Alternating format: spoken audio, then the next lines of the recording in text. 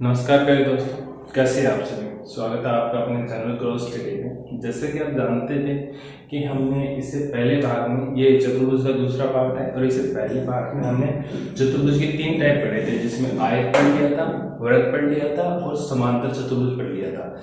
आज हम उससे आगे बात करते हैं, मतलब कुछ 2-3 टाइप और बचेंगे, आज उनको फिनिश करते हैं। ठीक है, सबसे पहले बात करते हैं समचतुर्भुज। जैसे कि नाम से समझ चतुर्भुज किसको कहते हैं? 4 आकृतियों से, मतलब 4 रेखाओं से घिरी आकृति को चतुर्भुज कहते हैं। 4 रेखाओं से घिरी आकृति चतुर्भुज कहते हैं। तो उसी तरह समचतुर्भुज वह चतुर्भुज जिसकी चारों भुजाएं बराबर होती है, यानी AB बराबर BC बराबर CD बराबर AD। समझ गए आप? ठीक है। इसके अलावा बात करते हैं तो समचतुर्भुज चतुर्भुज को कहते हैं जिसके विकर्ण एक दूसरे को समकोण के समद्विभाजित करें।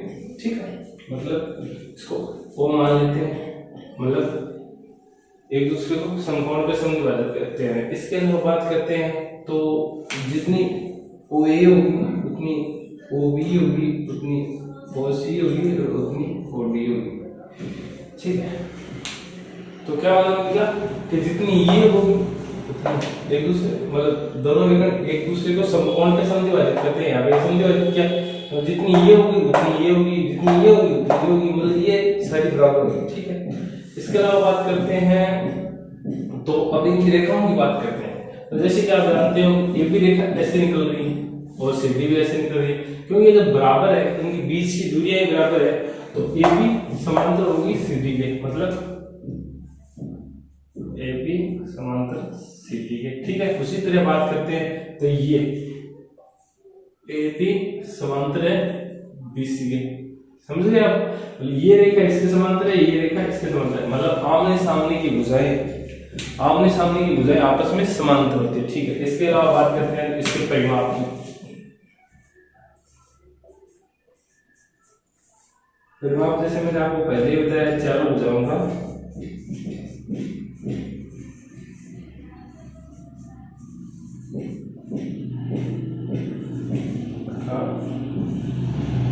योग।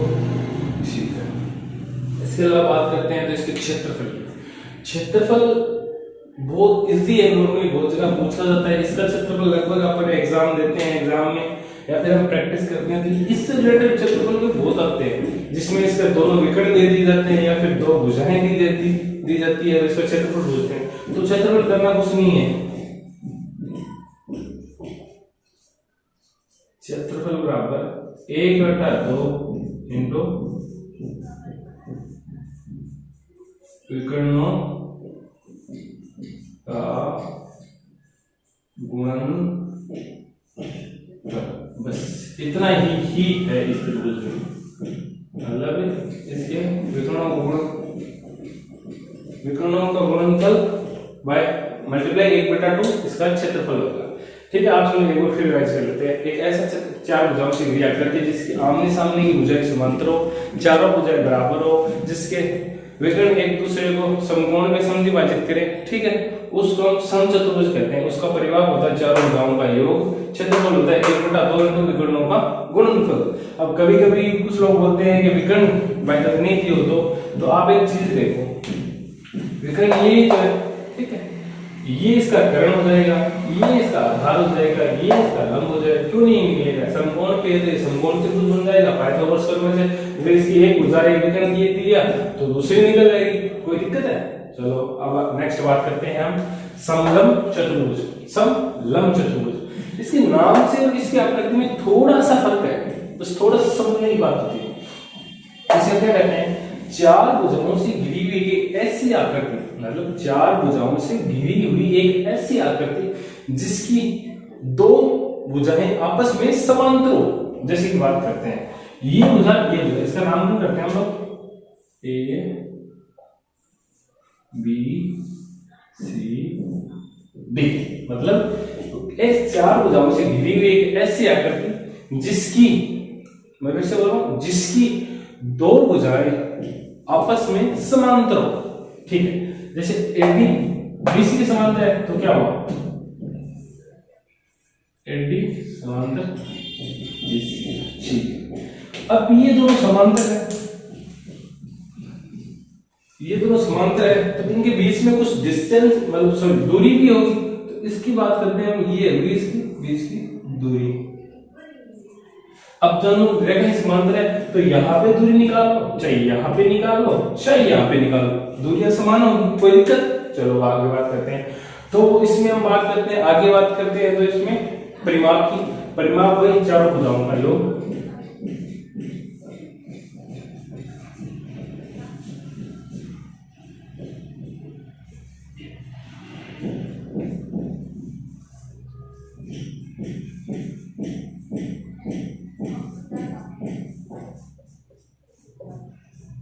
ठीक है, नेक्स्ट बात करते हैं हम क्षेत्रफल की।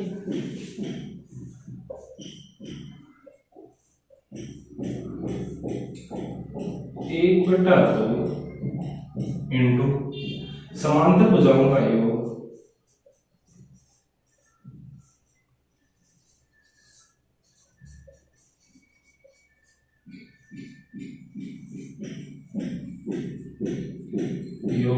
इंटू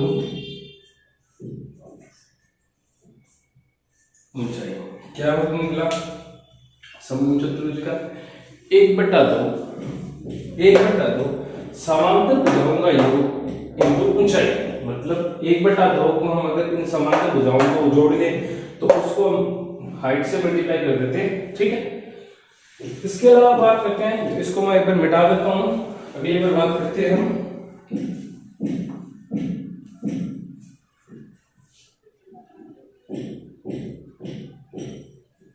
पतंग, चलो इतना ही बता देता हूँ। पतंग में ज्यादा कुछ है नहीं, देखो इसे क्वेश्चन भी नहीं बनते, न के बराबर बनते हैं। तो पतंग आप सभी ने उड़ाई होगी, किसी के कहीं पे किसी टाइम उड़ती है, किसी कभी टाइम उड़ती है, गुजरात में बहुत फेमस है।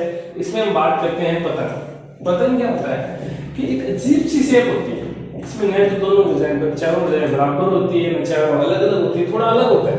तो इसका क्या चक्कर है कि इसमें युगांतर भुजाएं बराबर होती है। जैसे इसमें क्या होता है, AB बराबर होता है AD के, ठीक है।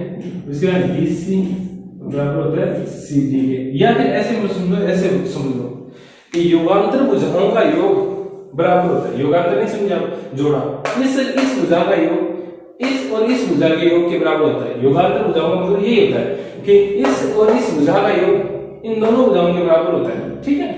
तो उसको हम पतंग कहते हैं। पतंग की अब बात करते हैं, तो ये हमने विकर्ण कहती है। अब ये विकर्ण क्या करेंगे, एक दूसरे को समद्विभाजित करेंगे, मतलब सॉरी समद्विभाजित नहीं, समकोण पे काटेंगे एक दूसरे को। ये समकोण पे काटा तो इससे हम इसका क्षेत्रफल निकाल सकते हैं। मैंने आपको त्रिभुज में बताया था, इस त्रिभुज का इसका आप आराम से क्षेत्रफल निकाल सकते हो, कोई दिक्कत है? चलो ठीक है। अब एक बार हम तीनों को फिर से रिवाइज कर लेते हैं, फिर एक चतुर्भुज बनता है चक्रीय चतुर्भुज, उसकी बात और करते हैं हम, ठीक है। समचतुर्भुज एक चार आकृति से घिरा हुआ एक ऐसा चतुर्भुज जिसकी चारों भुजाएं बराबर होती है, आमने सामने की भुजाएं समांतर होती है, ठीक है। और जो विकर्ण है उसको एक दूसरे को समकोण पे समद्विभाजित करते हैं, उसको कहते हैं समचतुर्भुज। उसके बाद बात करते हैं समलंब चतुर्भुज, ऐसा चतुर्भुज जिसके आमने सामने की भुजाएं समान सॉरी जिनकी भुजाओं का एक जोड़ा समांतर होता है। जैसे ये दोनों समांतर हो गए, इनकी भुजाओं का एक जोड़ा आपस में समांतर होता है, ठीक है। उसके बाद पतंग करते हैं तो इसमें योगांतर भुजाओं का योग बराबर होता है। चलो ठीक है। इसके बाद एक और बचता है चक्रीय चतुर्भुज, उसकी और बात करते हैं।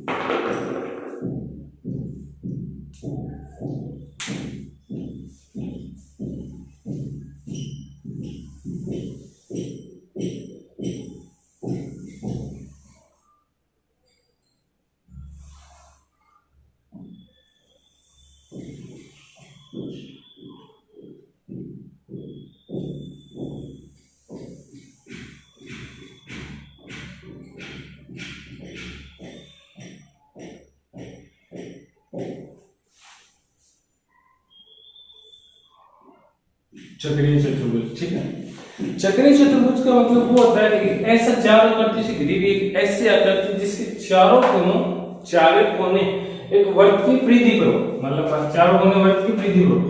जैसे बात करते हैं, एक ये हो गया,